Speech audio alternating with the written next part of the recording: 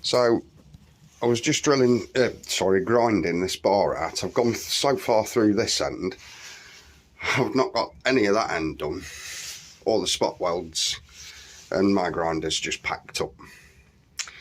I was doing so well. I know it looks like a patchwork quilt, but I have got all that wall insulated now, so I can put the radiator in when I've got a grinder. Yes, I've blocked a vent up there because it's not needed anymore. I've got the fire blanket material for there. I've took the exhaust silencer out to get that in. I just need to weld that hole up.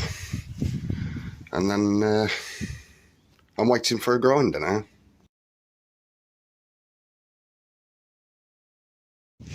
So we're outside again. I'm going to drill this panel with the electrical connector in. I'm going to disconnect the wires on the inside of that and make that redundant.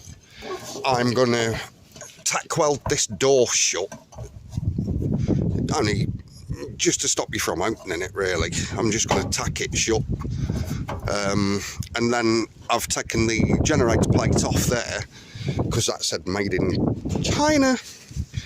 And it was all wrong, you know, the engine type, make and model was wrong. So the only thing that told me was that it was a 30 kilowatt, which I know. But yeah, this panel just underneath the controls, I'm going to drill a load of holes in that and put the sockets in, instead of having this bare wire, dangerous stuff. I might take that out and put a plate over it, or I might just leave it as an earth connector.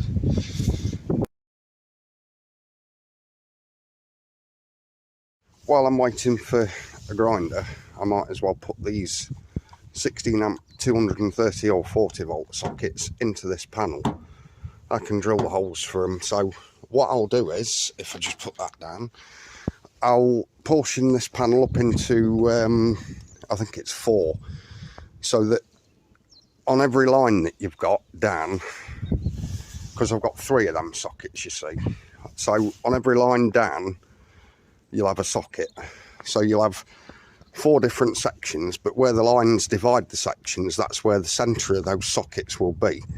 And then I'll just determine how far down I want to go, you know, with the sockets. I don't want to go too far down. I just want to give myself enough of that panel there so that it's not up against the rib. So I'll measure that out, drill the holes. So I don't know whether you can see very well, but I've put my lines in to divide the panels up. I've come, them sockets are 3-inch boxes on them, so I've come down 2.5 inch, because then that'll leave me 1 inch above the box free there. And ignore that line, that was just a test mark. All I did, I made a mark there and put the box on to see if it would fit nice, but I've decided to move it up a bit. So they're all at 2.5. I'll pop a pilot drill through, and then I'm going to use this core drill, which is for steel, to drill holes. And then the back of that will recess into the panel, and I can screw that on and it'll be flush. I forgot to mention, centre a centre punch on there and give it a knock with the hammer to make a dint where you want to drill, and then the drill bit won't wander. I can't film all this because I've only got 2 hands and I'm holding the camera as well, so I'll give them a quick knock, put the pilot drill through, and then I'll get on with the drilling. So my drill bits are a bit short on the ground because I've lost a lot, blunted a lot and thrown them, and I know you can sharpen them, but I've just thrown them in a drawer ready to sharpen. Now the pilot drill on this core drill is quite big, so to stop that from wandering all over around the hole, because it will, I've gone through with one of these small pilot bits. I might step up to a little bit bigger one, or I might use a cone bit just to open the holes up a bit so that that doesn't wander so much. Because the last thing you want is an egg-shaped hole, or a hole where you don't want it. for instance, you see where I've drilled these holes? They're probably within a millimetre of where they need to be. So I'm happy with that. I mean, to be honest, it doesn't have to be that good on this cabinet because it's only for sockets to plug in. But, you know, if you're doing something delicate with one of these are not delicate. These will just rip a hole. So you want to give it all the best you can. Also, I've made sure none of the wires are round the back there, anywhere near the drill bits. I've tucked them all over the top of the alternator there and all down the back out the way. The last thing you want to do is drill through a wire. So yeah, I'll probably open these holes up more than likely with the cone. Where is the hole? There. I'll probably open these holes up with the cone bit and then stuff that great big bad thing through.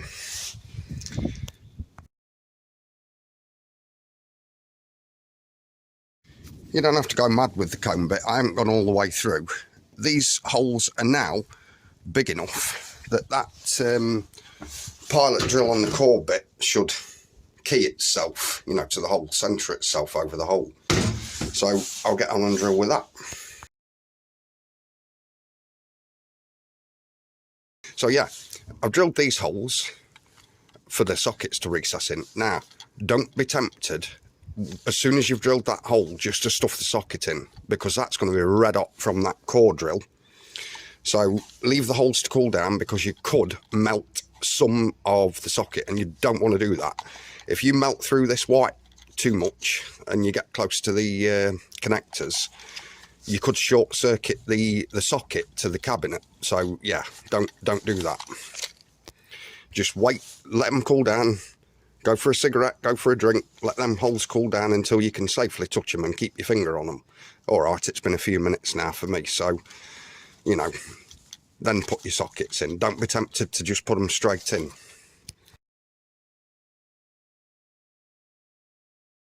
And there is the socket screwed on.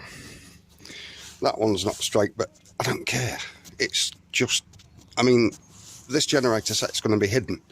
So it doesn't matter what it looks like, as long as it serves its purpose.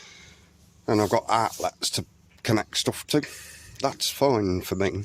Right.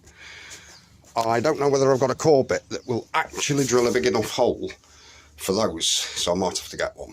But for now, the 16 amp ones are in.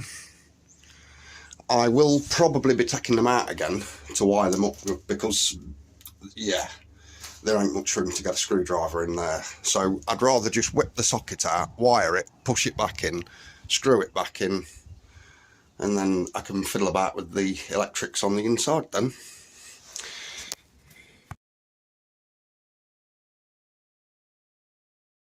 Well, quite a bit more progress made.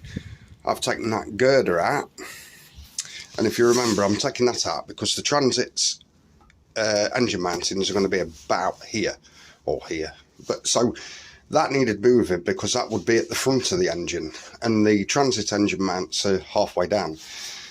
I've also removed the battery tray, as you can see, because that may well have been in the way, and I didn't want to take a chance having to grind it out while it was underneath an engine. So I've taken that out. What I'll do is I'll shorten it.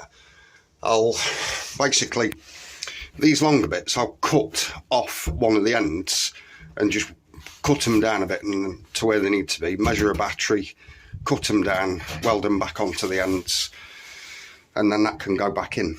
But it's not getting welded. I think it might get tack screwed down, possibly. I'll see. Bit of cleaning up, painting to do.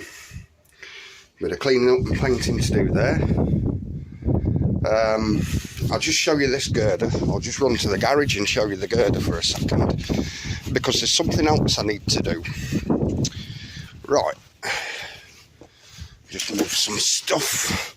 There's the battery tray. So these bolts were welded in from the underneath so that they didn't move, so that you could wind nuts onto them.